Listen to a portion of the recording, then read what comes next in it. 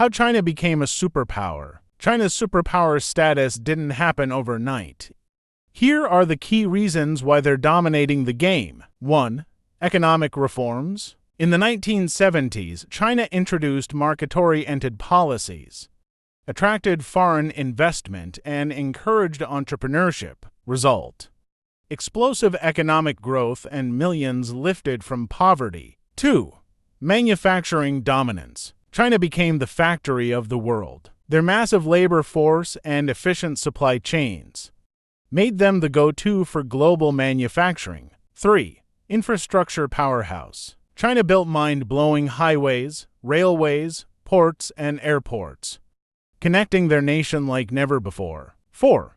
Tech titans. China is making waves in technology and innovation. They're leading the charge in AI, biotech, and renewable energy. 5. Education drive.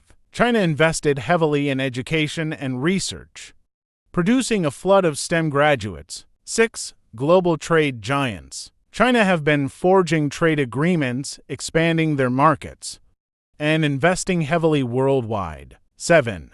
Military modernization. China beefed up its defense, investing in advanced weapons and capabilities. They're safeguarding their interests and projecting power regionally and globally.